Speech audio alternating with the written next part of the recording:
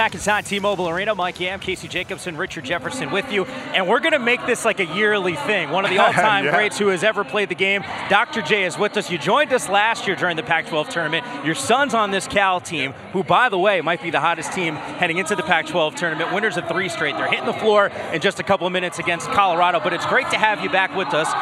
You got to tell me the evolution of this Cal team. How's it been for you to watch this, not only as a basketball aficionado, but also as a parent, to see some of the struggles that they've had, but to close out the season with some wins? Well, I'll tell you, it's very enthusiastic about the momentum they have going in. During the season, you know, it was loss after loss after loss, and it got very frustrating. So I just tried to, call my kid and give him pep talks. Talked to Y King a couple of times, and he was trying to figure it out, and so much of it had to do with on-court chemistry. And it seems like in those last 3 games, they found something. So momentum going into the tournament that's part of what you need. Yeah. Who is your favorite in this entire crazy Pac-12 tournament race that we see today? Is it Washington, or is there another dark horse team that you think is good enough to win 3 or 4 games in a row? Yeah, I don't follow it that closely. Okay. And Washington, obviously the #1 seed. Yeah. They're the best team on paper, but if you see what just happened in the last game, the underdog won. Yeah. So USC.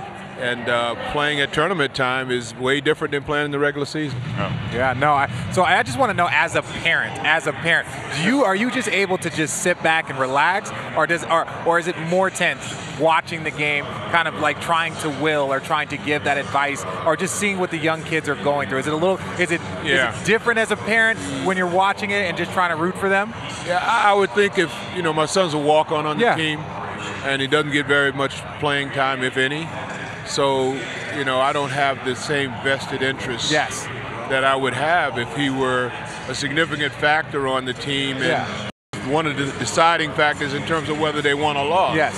So when they lose games, even though it's a team loss or whatever, if you're sitting over on the bench, you're a cheerleader or whatever, then you don't have the same vested interest. Yeah. But I think in his junior, senior years, he'll probably play more. Yes. He's learned a lot, and he's a very talented guy. So my interest will increase with his minutes. That makes sense. That makes sense.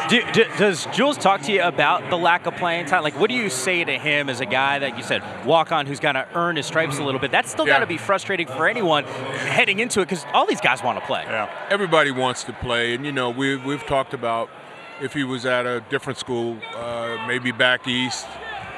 He probably would get playing time, but he's committed as a student. I mean, he's an honors student there.